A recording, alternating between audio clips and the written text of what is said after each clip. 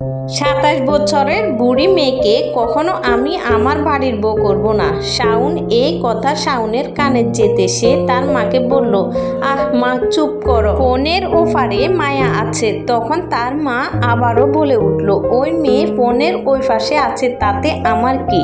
ও কি জানে না ও বুড়ি হয়েছে? তোর পাশে দাঁড়ালে তো ওই মেয়েকে তোর মা মনে হবে। ও আবার কোন সাহসে তোর বউ হতে চায়? ও কি জানে না ওর বয়স হয়েছে? এই কথাগুলো শাওনের মা উচ্চস্বরে বলতে লাগলো। তখন শাওন আমার সাথে ফোনে কানেক্ট ছিল। তারপর শাওনের মা আবারও বলে উঠল, ওই মেয়ে যদি ঠিক বয়সে বিয়ে হতো তাহলে এতদিনে 3-4টা বাচ্চা থাকতো, হয়তোবা ওর মেয়ের সাথে তোর বিয়ের উপযুক্ত হতো। আর সে মেয়ে কিনা চায় আমার বাড়ির বউ হতে? ওকে তো আমি আমার বাড়ির কাজের লোক হিসেবেও রাখবো না। তার মার মুখে এসব কথা শোনার পর শাওন কিছু সময় চুপ থাকে। আমাকে কি বলবে সে বুঝে উঠতে পারতেছিল না।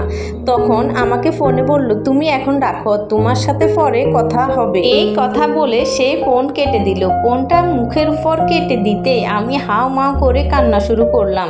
আমাদের 9 বছরের ভালোবাসার সম্পর্ক। আর যখন শাওন প্রতিষ্ঠিত হলো তখন তার বাবা মা আজ আমাকে বউ হিসাবে মানতে রাজি না, কারণ আমার বয়স বেশি দেখে। অথচ সে 20 বছর বয়স থেকে আমার জন্য খুব ভালো পাত্র নিয়ে এসেছে ঘটক। আমার বাবা মা তখন আমার বিয়ের জন্য উঠে পড়ে লেগেছিল। তখন কত বাহানায় নানান অজুহাতে সবগুলো বিয়ে আমি ভেঙে দিয়েছিলাম, প্রতিটা পাত্রকে রিজেক্ট করে দিয়েছিলাম। এত কিছু যার জন্য করলাম। আজ তার পরিবার আমাকে বলে আমার বয়স বেশি, তাদের ছেলের সাথে আমার যায় না। আমি শাওনের মায়ের কথায় যতটুকু না কষ্ট পেয়েছি তার থেকে বেশি কষ্ট পেয়েছি দেখলাম যখন শাওন কোনো প্রতিবাদ করলো না। এই তো বেশ কয়েক বছর আগে আমার বাসায় যখন তোলপাড় শুরু হয় আমার বিয়ের জন্য, তখন আমি নিজে শাওনকে বলেছিলাম, তুমি কিছু একটা করো, আমার মা বাবা আমাকে বিয়ে দিতে চাচ্ছে। সেদিন শাওন আমাকে অনেক কান্না করে বলছিল, তুমি যেভাবে হোক 5টা বছর ধৈর্য ধরে থাকো, আমি তোমাকে ছাড়া বাঁচবো না।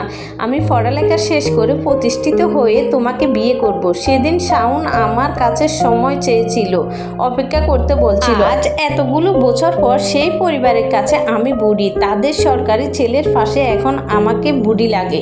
তাদের এখন ছোট্ট বয়সী বউ চাই। রাতে শাওনকে বললাম, চলো কালকে সকালে দেখা করি।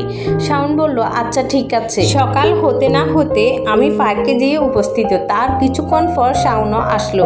শাওন আসা মাত্রই আমি তার কলার চেপে ধরে বললাম, তুই কালকে কেন মেয়ে দেখতে গেছিলি? তুই না আমাকে ভালোবাসিস, তাহলে মেয়ে দেখতে গেছিলি কেন?